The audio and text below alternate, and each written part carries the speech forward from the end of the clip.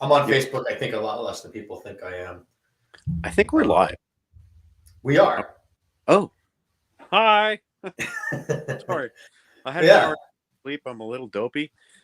And I thought there was going to be an intro and stuff, and there was no So intro. he didn't do an intro this time. But here's the thing: is I can't. Oh, there it is. They're now Oh, live. there it is. Oh, okay. Hello, MES family. Welcome to my little stalker room. All right. So we're live. It is an MES family now. We have 3 viewers. So happy birthday, Keith. Oh, thank you. Today, what are we talking about? Why? Why am I worth this much and not that much? How do people perceive us? Can I have more money? Can I have a raise? I'd like a raise. As the owner, I'd like a raise. What do you say? Hook me up. In a nutshell, how to make more money. Yeah. So perceived value and charging more. So I think it's an important topic to talk about in this industry because I feel like many people are in a race to zero. Um, as technicians turn business owners, a lot of times we're more about chasing the deal and getting the job in and keeping the books full. And we don't really always see that true overview of the other side of letting customers walk away and trying to make more money. Mm-hmm. We were never necessarily salespeople because maybe we were, we did installs or whatever. So we don't have that good sales training on how to properly close. So we use discounts to close. At least that's who I was. And I'm really good about it now, but I'm much better. What was that? We've all been there. Yeah. In order to break in the market, you got to get some kind of edge. And a lot of times that's price, right? So once you get your reputation set, then you don't really have to work on price anymore. You need to work on other things like why you're worth X and not like you used to be 10 years ago. Correct. So how do we charge accordingly, charge more, and make more money at the end of the day? Well, there's a lot of answers to that question. Starts off with your demographic is going to be different than mine.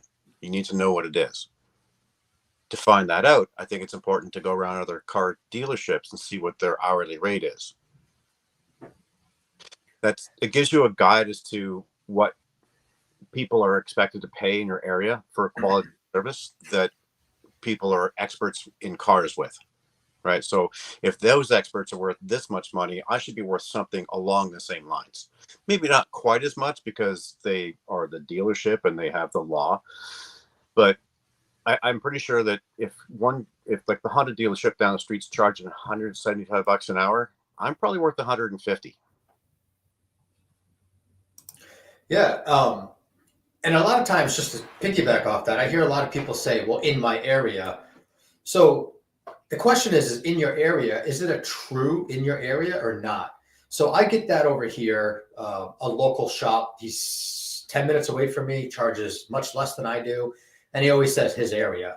And he is in a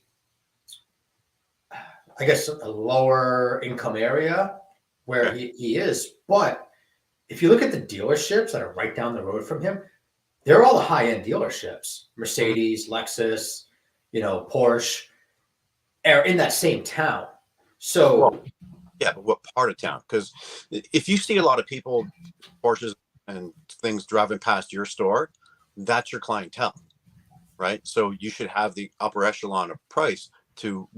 So I'll put it this way: if my price is so low, like $60 an hour, I'm going to have less of the higher end clientele because they're going to think that I'm a piece of shit and I should get good money.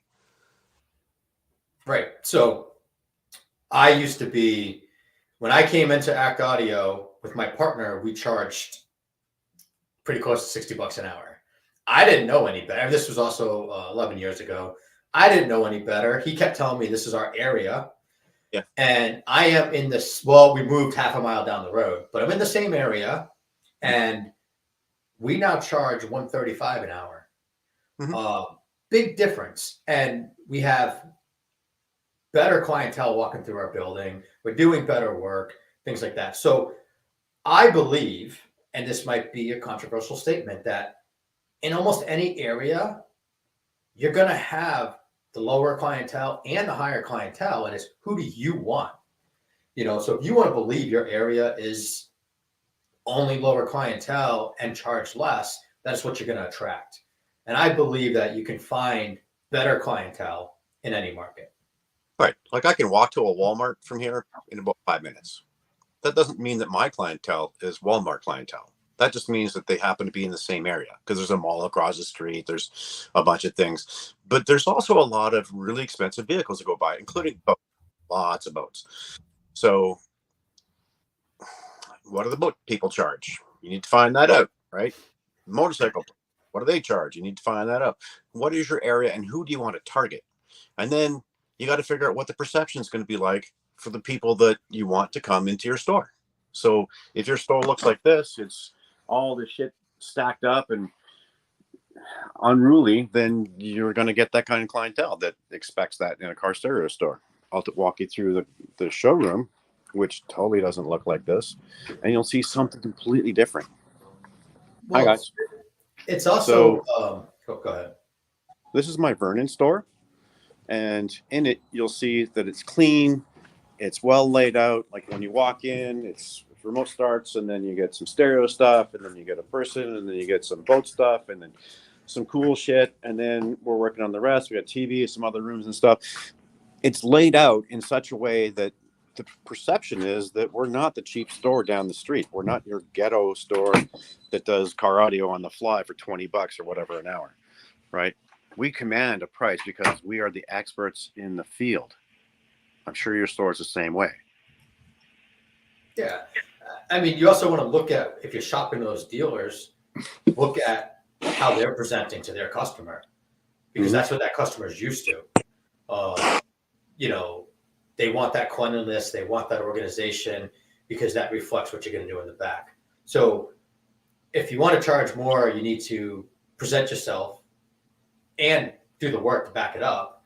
But it's, you're gonna attract what you, I don't know the word I'm looking for is there. Put out. Yeah, what you put out. So having your store organized and clean, looking good. The installs on your display need to reflect what you're going to do in their car, things like that. So that kind of covered, we have a little list here. Are you worthy in dealership analogy? Oh, no, dealership analogy is, so the dealerships charge, like, I know I do work for dealerships, and I'll do the remote starter for them. I'm just making numbers up for $300, and they'll sell it to the customer for $500. Not 600. They like double their money. They're usually pretty close to double. So that was just the numbers that came to my head. I don't know exactly what they sell, and I know that it seems to also be the salesperson that sells it. This salesperson sells it for $5. This guy sells it for $6. But the dealerships are getting close to double of what we do our work for. It's the exact same job. The customer's getting the exact same product, but they're charging a lot more. Why? Because of their presentation, they're trusted. There's a lot of reasons there. So can we do the same thing to, I'm not saying be at that level, but be closer? Yeah. I think the dealerships, unfortunately, will always have a level of trust above us. Well, to the general public. So here's what I would do. I would go to your local Dodge dealership and take a video of what their perceived value is. Just walk in, they got these big doors, marble floors, cool desks and nice stuff, cars parked and they're pristine inside. That commands a certain price. And then you walk into your store and you think, is this the same? And the answer is no, then you need to do something about it. Right. Because perception is all that matters. And a good way to do that is, I think, record your store and then watch the video. Because when you walk through your store every single day, multiple times a day, you become immune to it. Oh, yeah. You don't notice the little things that are there. Or have a close friend, have a good customer, right? Have someone else come through your store and give you advice on what they can pick up and they see. I'll take you one further. The next time you have an asshole customer, ask that person. They won't be fucking building any bullshit. They'll just tell you the truth.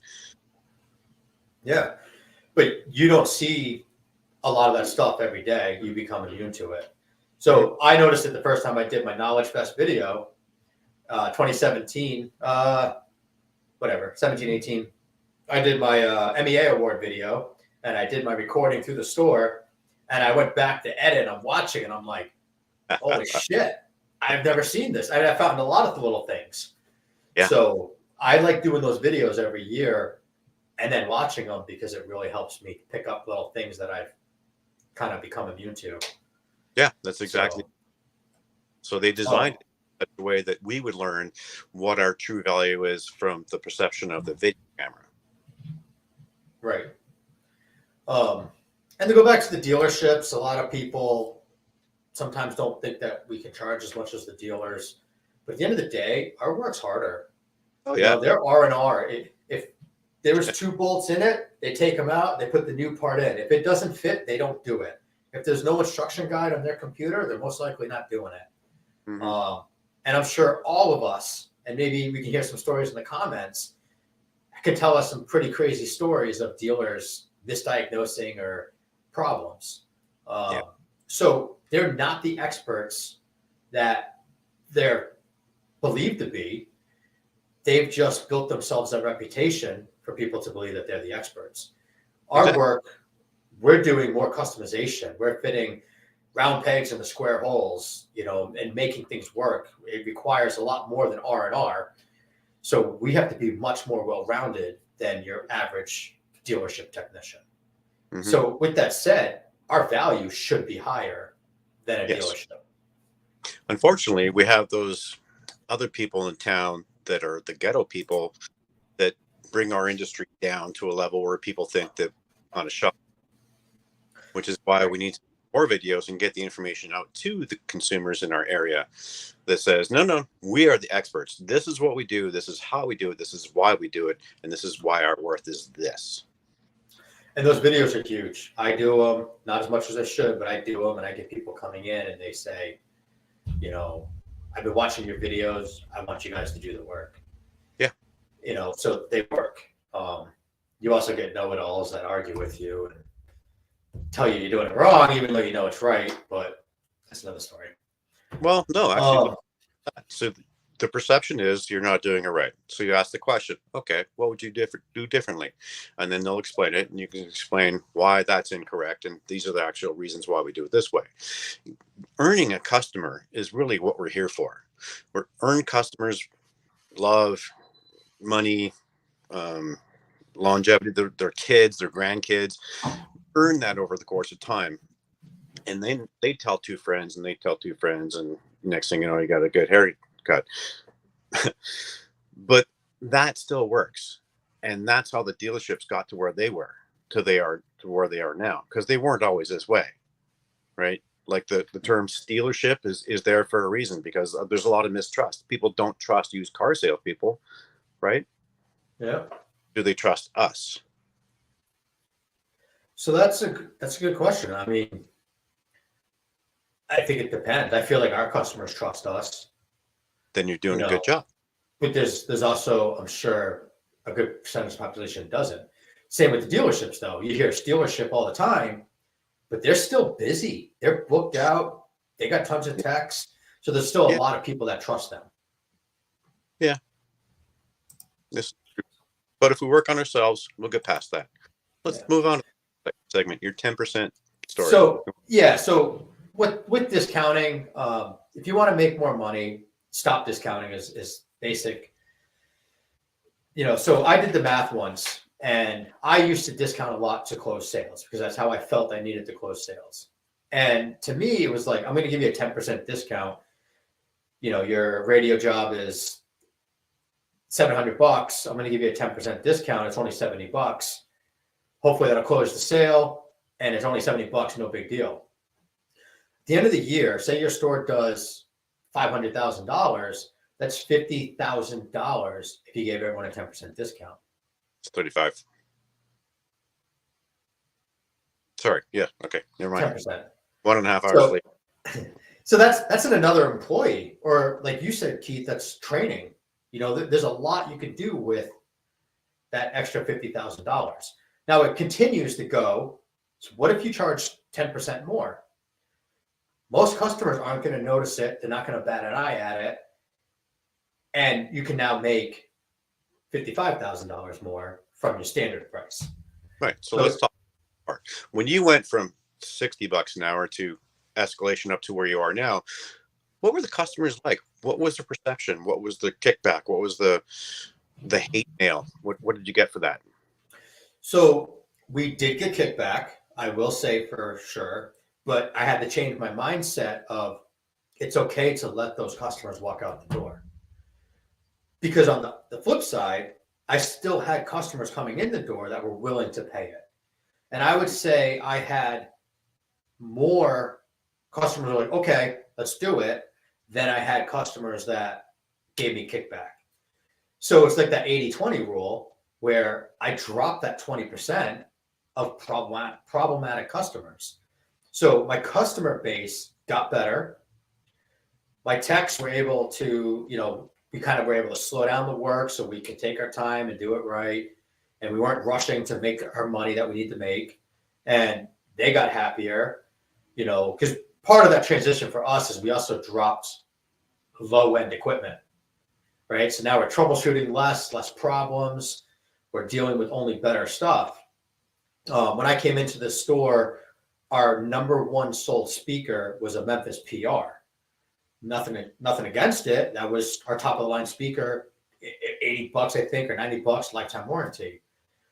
Now we have them, but we don't sell them, and we're making more money off of that higher end product. But our customers got happier. Our customers got better because they got a better experience. They got a better product. My techs got happier because they were dealing with less problems and less troubleshooting. And I got happier because I was making more money. So it was literally a win-win-win, and we lost those bottom barrel customers. Yeah. I mean, bottom feeders help certain parts of the economy. That's why we have Walmart. But then we have like Utopia speakers, which are not cheap. But man, they so nice. So the articulate ear really picks up on that. And then you could justify the price by saying, do you want what you want or do you want what you want? Right. Yeah. Earlier today, we talked about why. What are you worth and why? And you had a good story about that. You want to share on that? I don't remember what the story. I made it up. I mean, I do have, well, that's next. A good example that happened today that I can share. But what are you worth and why is where you're at. Mm-hmm. I mean, it's at the end of the day, it's believing that you're providing, the best solution you can and the customer. So customers perceive value. It's actually a proven fact. And I don't remember the study, so I'm not going to say it perfectly, so don't quote me. But when customers get a discount, a lot of times it makes them happy in the moment, but then they feel as though they got discounted value.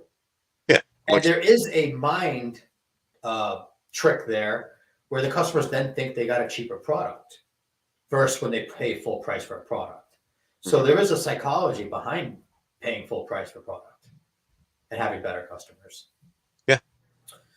So unless you have something else to say, I think we talk about how do we do it. Okay. How is the great next step? So that's knowing your value. Yes. Right. You kind of discussed that. Go know the value in your area, right? Because you see a lot of times in MES family, people post, how much do you charge for this? How much do you charge for that? I believe it should be, what is your labor time for this? What is your labor time for that? Because here in Connecticut, I charge, it's an expensive state. Things would cost more versus say, I'm not going to say a state name because I'm not sure, but another state where minimum wage is lower and the cost of living is lower. Or Keith's in Canada, so he's going to give his what he charges, but it's an skewed perception because it's Canadian dollars versus US dollars. Yeah. So know your area's value and know your value. Right. Are you providing that type of work? Are you providing that type of customer experience and world-class service? Um, you got something? I see your Yeah, brains. percolating about we have a schedule, a set schedule. So it takes an hour and a half to do a basic DAC. It takes 3 hours to do a basic amplifier. It's basically an hour per channel after that. But we do a great job every time. And if we're working on a European vehicle, we'll probably have to go look at it to make sure that there's nothing weird about it, right? Or a brand new vehicle or a Tesla or something that's obscure. We like to do consultations. So people call in or email. Their first point of contact is whatever, and then we put it right out there. It's like, we're not your basic car stereo shop from the 90s.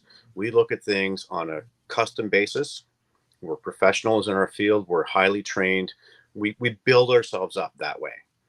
And so once we build up that, not ego, but jargon of why we are who we are and we say we are, then we go on to say that in order for us to give you a real quote, we're going to need you to come in with the product, if you have product, and your car and your favorite music, and spend a half an hour with us. It's free. But this way we can offer you what we do best, customer service. Because the last thing we want to do is give you an idea that it's going to be this much money, and you come in and you get pissed off because it's this much money, and nobody wins that way. Right. So this is our experience. Do you want to work with us? And we do the same, very similar thing. So quick example, talking about how to make more money. Today we had a customer come in. She has a Hyundai Sonata. I don't remember the year off the top of my head. And her front speakers are blown and her center channel is blown, and she wants better speakers. So we get in, she comes in for her free consult, and we go through the car. It's the Infinity system, right? So this isn't going to be an easy, let's swap some speakers. They're all 2 ohm. They're independently crossed over at the amp. So we gave her a quote, which was way too high for her. And she's like, well, I was looking to spend like $500. Well, my sales guy goes, he's up front, and I walked out, and I'm like, what are you doing? He's blah, blah, blah, telling me he's trying to get her closer to her price range. And I said, well, hold on. I said, let's stop. He said, you know that's unrealistic, right? He's like, yeah, I'm just trying to see what I can do to work with her. And he's looking at ordering in cheaper speakers than we carry, doing a power, and I'm like, stop. Look how much time you're spending with this customer to do a less quality job, make less money, and money's not really the objective here, but it is. But you're making less money, you're going to do a less quality job. And I said, whenever we do this, what happens? It's a problem because the customer didn't want to do it the right way, the way that we recommend. It's a problem. So I would suggest having a conversation with the customer, and don't be afraid to cut ties if she can't understand it. So what we ended up doing is we called the dealership. We got pricing on all new factory speakers, which came out to almost $800 for the woofers and the center channel alone. And we called her up and we said, blah, blah, blah. We tried to see what we could do to find you a better solution. But unfortunately, to do the job properly, there isn't much we can do. So we thought about seeing how much it would cost to get you factory speakers, right? Because we're trying to be a friend and work with her.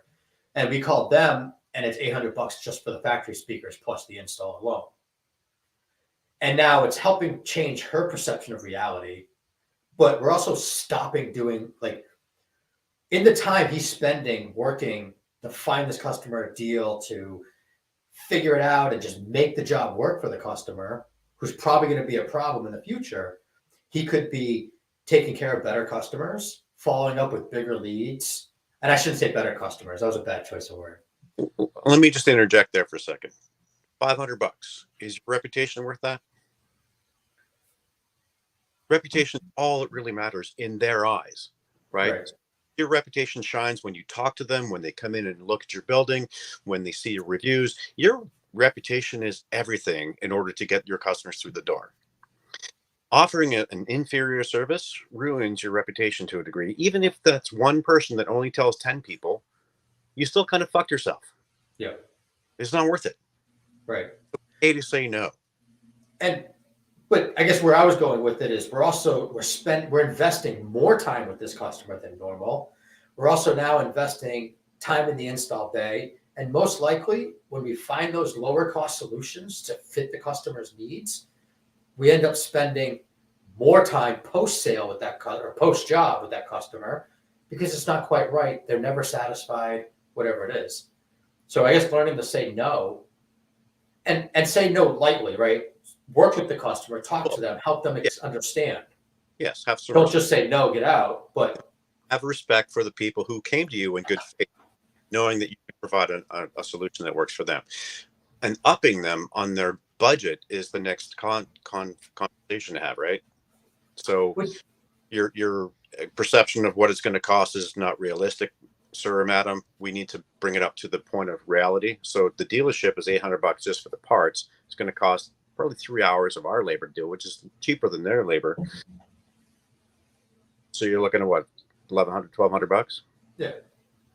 You know, so, and the reason we did that was to kind of help shift her perception, because I think that's one of the biggest hindrances is people don't understand sometimes what it takes to put a system in your car or that perception. Most people come in and they want a system for $1,000, but I can sell them a system for $5,000, no problem. Once I talk to them, explain, and they understand. So I guess where I'm going with that is knowing your customers, knowing your product, and investing your time properly to maximize your jobs so you're making more money. And keeping people happy. And keeping people happy. Right. Salespeople, the customers, your banker, everybody. Right. So, let's see, labor rate, you know, we kind of covered that. Shop your area, not other stores, but shop the dealerships, the Harley, you know, motorcycles, whatever it is, even other garages, and see what they're charging.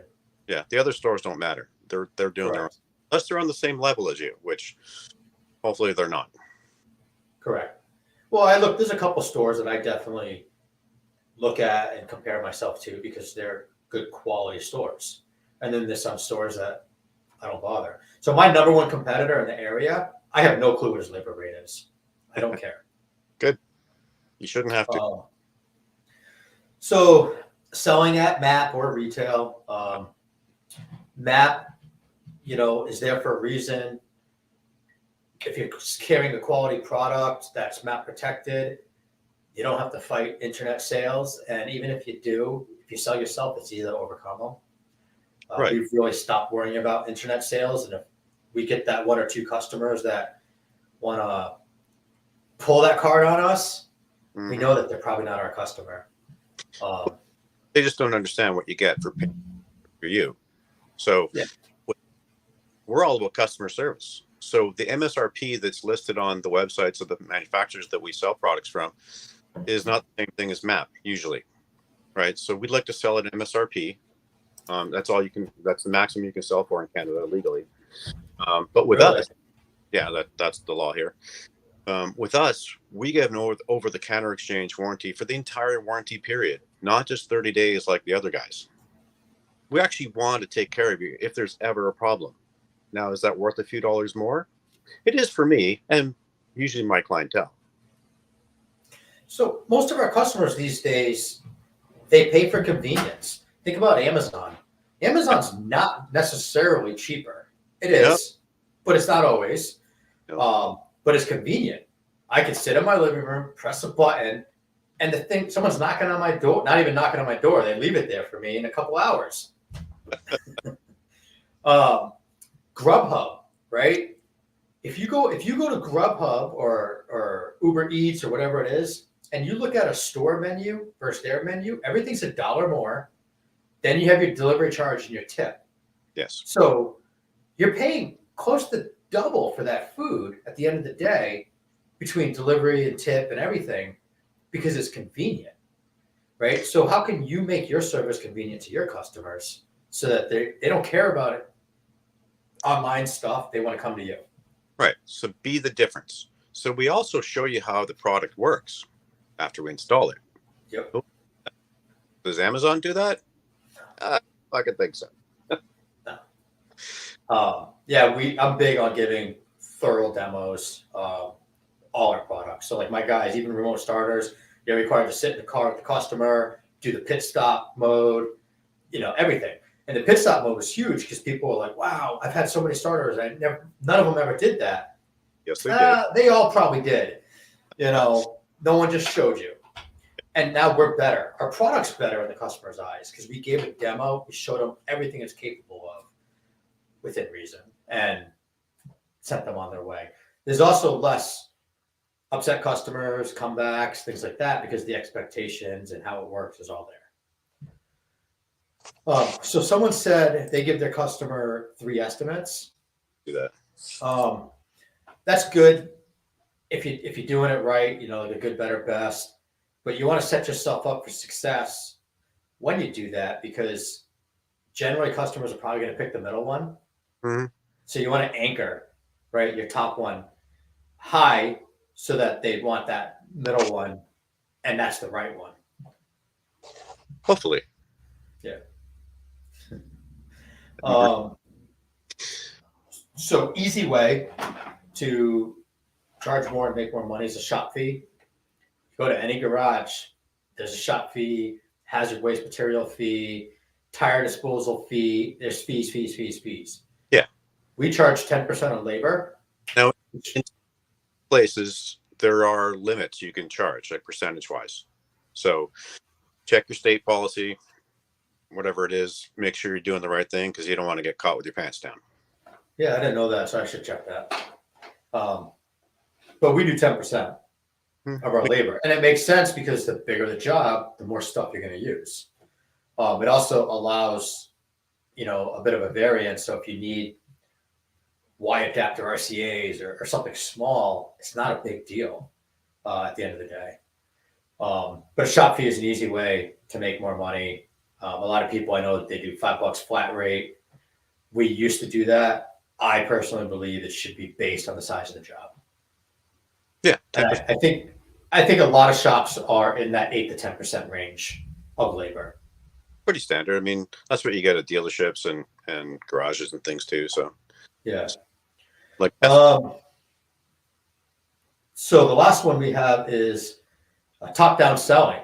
So this is more of a sales conversation, but it is important, in my opinion, as owners of the business to understand why the top-down sell, because not only does it make you more money, but it makes your customers happier, in my opinion, because you're exposing them to everything that's available. Right. So installers should do the top-down selling too, right? So take an installer out to the vehicle with you to see what's going on. He can say, well, if you use Deutsch connectors here and you use vinyl in this section, and they beef it up, that just brings the price up to a point where this is the best you can get from here. And if you don't like that, we could take things out to bring the price down to where you're comfortable. Right. And people don't like to take things out. They don't like to lose.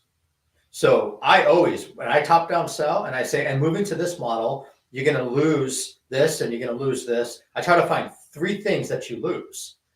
Okay. And it works. But here's the other thing is, so our average remote starter now that we sell is $600.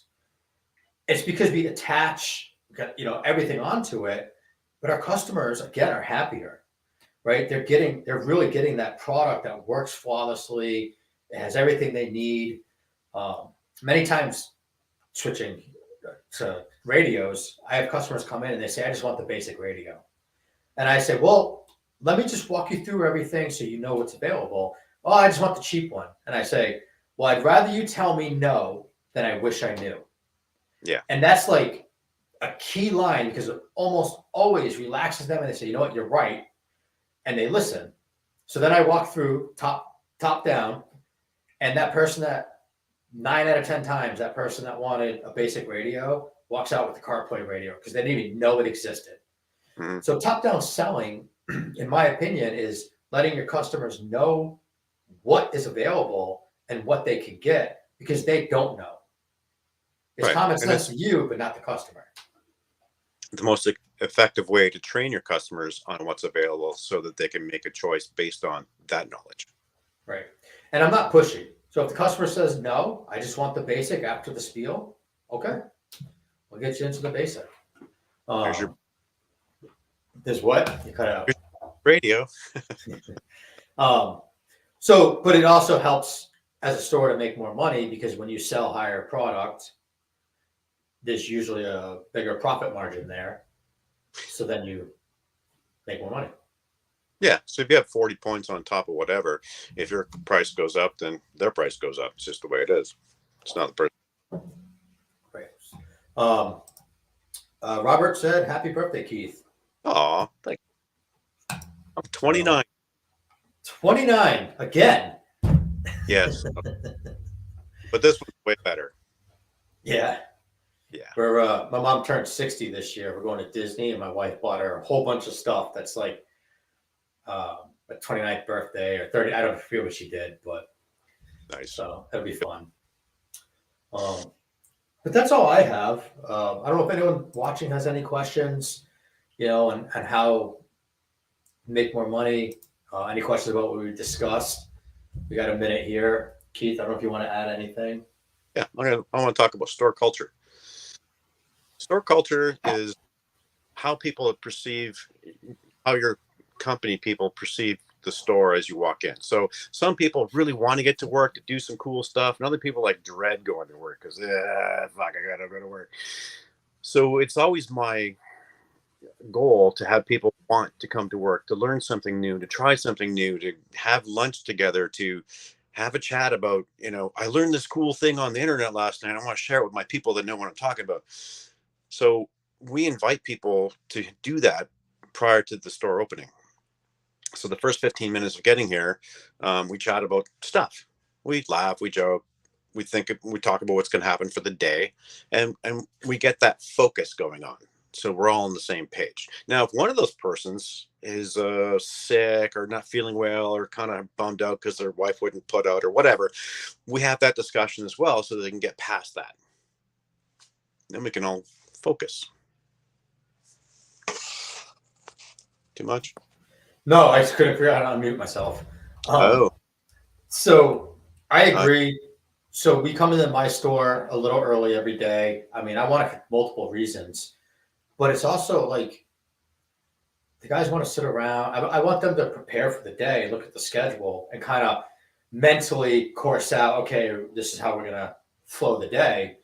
But it's also that opportunity to connect, chat, everyone will be together, not in necessarily work mode where the sales guy's going back to, are you done with the car yet? How much longer? And it gives them the opportunity to create a culture and say hi. I also try to do, I say quarterly, little get-togethers because that stuff helps. If you got good culture in your store, your employees are it's gonna vibe. It's gonna show to the customer, Exactly. and the customer's they're gonna want to be there. They're gonna feel more at ease. They're gonna feel more trusted. It really goes a long way. And I use the analogy in my area, at least, 7-Eleven versus Cumberland Farms. You walk into a 7-Eleven, you got a guy at the counter that might look up. You walk into Cumberland Farms, good morning, welcome to Cumbies. Right. Just that simple good morning, welcome. They don't even care, but they have to say it. They say it. Makes me feel like, wow, I'm special. Right. So one of my store policies is everyone is required to say hi to customers as they pass through the store. Hey, how you doing? Or something. Yeah. You don't necessarily have to help them if you're busy, but you have to at least acknowledge them and say someone will be right with you or something. Yes. So that culture creates a perception that you're a good place to hang out at, to find things to spend money at. Two people put in the thing that people all the time sell from their own wallet. It happens, right? So years ago, I used to drive a Kia Soul. I didn't really want to be showy and be something that I wasn't brought up to be. And so I drove a car that was pretty cheap, and I filled it full of stereo and had some fun in it. And then one day I slid into a cop car.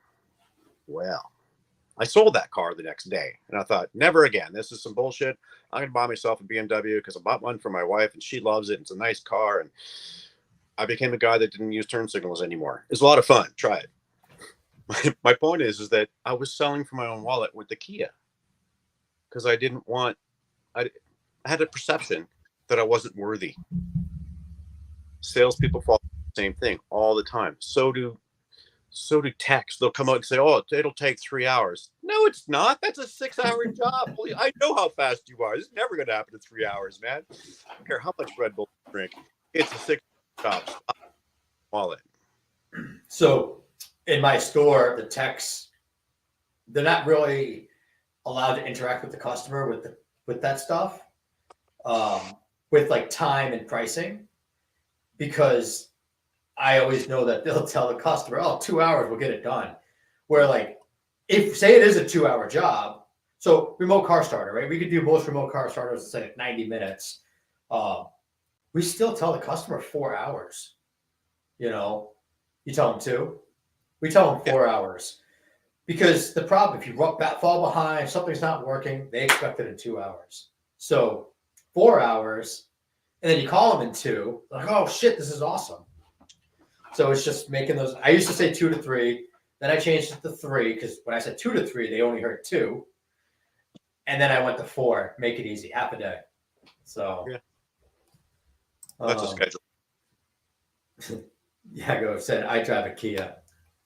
Hey man, I wasn't dissing on Kias. I had one for 4 years, but I slid into a cop because it didn't start. It wouldn't stop properly. So, I misunderstood that when you said slid. I didn't get that part. I thought you were maybe getting arrested. You slid the car into a cop car. Oh no. So I was driving. I was doing 7 kilometers an hour, which is about 4 miles an hour. It was raining. It always rains. It rains where I'm at. And it didn't stop. And I slid into this cop car, and I thought, I got to sell this car now because now you're flagged, right? That's the guy, cop car. So I got rid of it. And I thought, you know what? I'm worth more. No, and it is a perception. I know I was training one of my back guys to help with sales, and he was looking at the Kenwood radio, and right in front of the customer, he goes, "How much is that?" And I'm like, $1,500. He goes, "Ooh, wow." And I'm like, you can't, but I actually decided that he's not fit for the sales floor because he couldn't change that mentality of it's too expensive. Because even if you're silent about it, you're not going to go there with the customer. No. So LEDs, I personally have a hard time selling expensive LEDs because I have a hard time justifying the value of $350 LEDs. My sales guy who has them in his car, I ordered 5 pairs yesterday that he sold, $350 each. Mm-hmm. So it's all a mental game. And if you can just get past that mental block of it's too expensive, sky's the limit. It is. Now we're into sales. Well, everything sales, really. Tell your wife on a. Oh, we just lost Keith. Whoops. There he is. Mute. So I think that's good. We're at 46 minutes here. So yeah. No other questions. So you guys have any questions, feel free to pop them in, and we'll check back and answer them. If anything comes up, it also gives us information for any future videos you guys want covered, anything you're struggling with in your business to help move you forward. Next week we have Frank. Yes. Is that right? Last name is Spezzano.